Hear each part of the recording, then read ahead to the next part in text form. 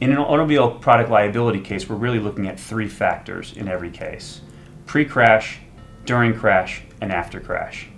And the automobile industry has known for the better part of the last century that those are the three areas in which they can look to improve car safety and perhaps save people's lives. So on the one hand, you could find ways to prevent a crash from ever happening through the use of good vehicle design, good handling characteristics of the car, as well as more modern technologies like electronic stability control, pre-crash intervention, and the like.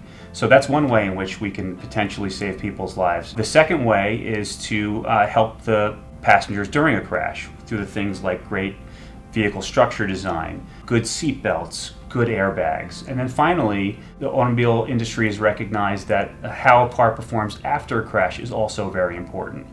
Is the car escapable if it's on fire? Can you prevent a fire from occurring in the first place after a crash?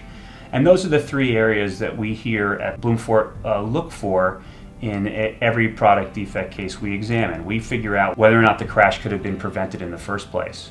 Because if we can prove that the crash would never have happened, obviously the injury never would have happened. If you're ever involved in an automobile accident where there's a serious injury, you have to have a qualified lawyer look at the case. This is the kind of thing that can be missed fairly easily by a lawyer who's not trained to look for product defect claims. And obviously what we try to do is we look at every aspect of a crash. When the case comes in, we think about whether or not someone could be at fault for the crash, and then we also think about whether or not the car could have been designed better.